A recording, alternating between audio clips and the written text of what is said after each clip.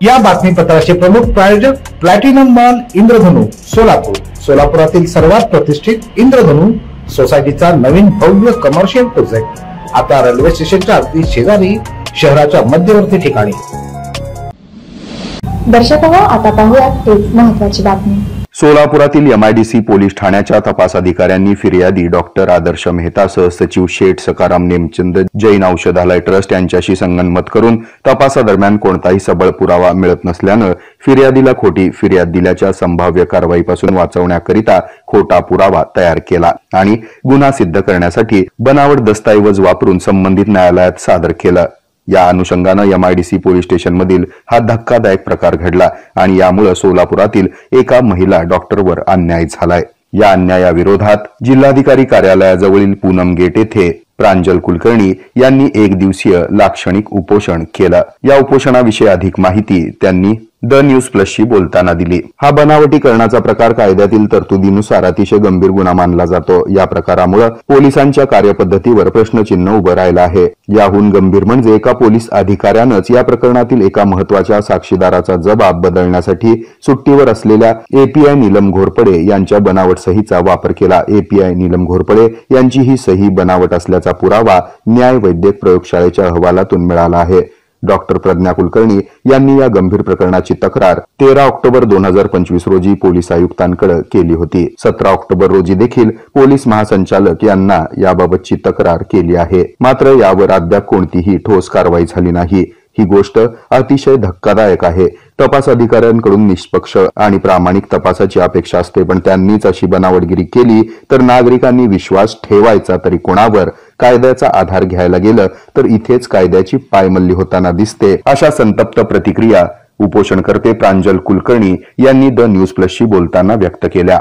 माझी पत्नी डॉक्टर प्रज्ञा कुलकर्णी यांना अडकवण्यासाठी फिर्यादी डॉक्टर आदर्श मेहता यांच्याशी संगनमत करून एमआयडीसी पोलीस स्टेशनमधील तपास अधिकाऱ्यांनी बनावट कागदपत्र तयार करून संबंधित न्यायालयात दाखल केले। ती बनावट असल्याबाबतचे सर्व पुरावे माननीय पोलीस आयुक्त यांना तक्रारीत दिलेले आहेत। साधारण 1 महिना होत आला तरी देखील अजून कोणतीही ठोस कारवाई झाली नाही। ही मागणी आहे की बनावटीकरण करणाऱ्या आणि त्यास प्रवृत्त करणाऱ्या लोकांवर थोडं कठोर कारवाई झाली पाहिजे। औषधं पाठवतात आणि मी मागणी करतो सारिका चक्र मॅडम अकाउंटंट आणि मॅनेजर वैद्य त्यात माझ्या मिसेसचं नावही येत नाही आणि त्यातलं वास्तव असं आहे की त्यांनी जी अमाऊंट जी आरोपित आहे ती अमाऊंट त्यांच्या कंपनीला एफआयआर दाखल करायच्या 2 महिने आधीच मिळाली। खूप गंभीर आहे हे तपास अधिकाऱ्यांनी टिपणमध्ये घेणं अपेक्षित आहे, पण पुन्हा विषय तिथंच येतो की मग चार्जशीटच बनत नाही। मग चार्जशीट बनवण्यासाठी त्यांनी ह्या गोष्टीचा उल्लेख केला नाही, परवान्याचा उल्लेख केला नाही आणि ज्यांच्या नावाने वैयक्तिक माझ्या मिसेसवर आरोप आहे श्री दत्तात्रय कवठेकर त्यांच्या नावाने 1100 रुपयाचं व्हाउचर तयार केलं गेलं की माझ्या मिसेसनी पैसे स्वीकारले हे दाखवण्याकरता डायरेक्ट इन्व्हेस्टिगेशन करायचं। त्याच्या सहीचा तपास केल्यानंतर देखील ती फॉरेन्सिक रिपोर्ट क्लिअर सांगतो की ही सही आणि माझ्या मिसेसची हे 2 वेगळ्या व्यक्तींच्या आहेत। मग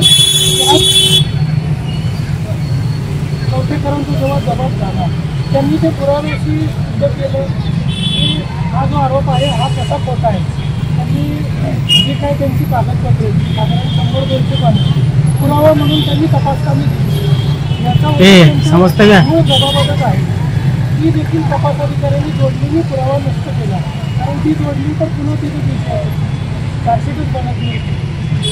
हां, तिथे गंभीर गुन्हा हे तुम्ही केलेलं आहे पोलीस यंत्रणेने त्याच्यावर कठोरातली कठोर कारवाई झाली पाहिजे। अशा बनावटगिरी करणाऱ्या अधिकाऱ्यांवर आता कठोर फौजदारी कारवाई करण्यात यावी अशी मागणी त्यांनी केली आहे आणि सोलापुरातील डॉक्टर प्रज्ञा कुलकर्णी या महिला डॉक्टरवर झालेला अन्याय लक्षात घेऊन त्यांना लवकरात लवकर न्याय देण्याची अपेक्षा यावेळी प्रांजल कुलकर्णी यांनी व्यक्त केली आहे। चॅनलला लाईक करा, शेअर करा, सबस्क्राइब करा।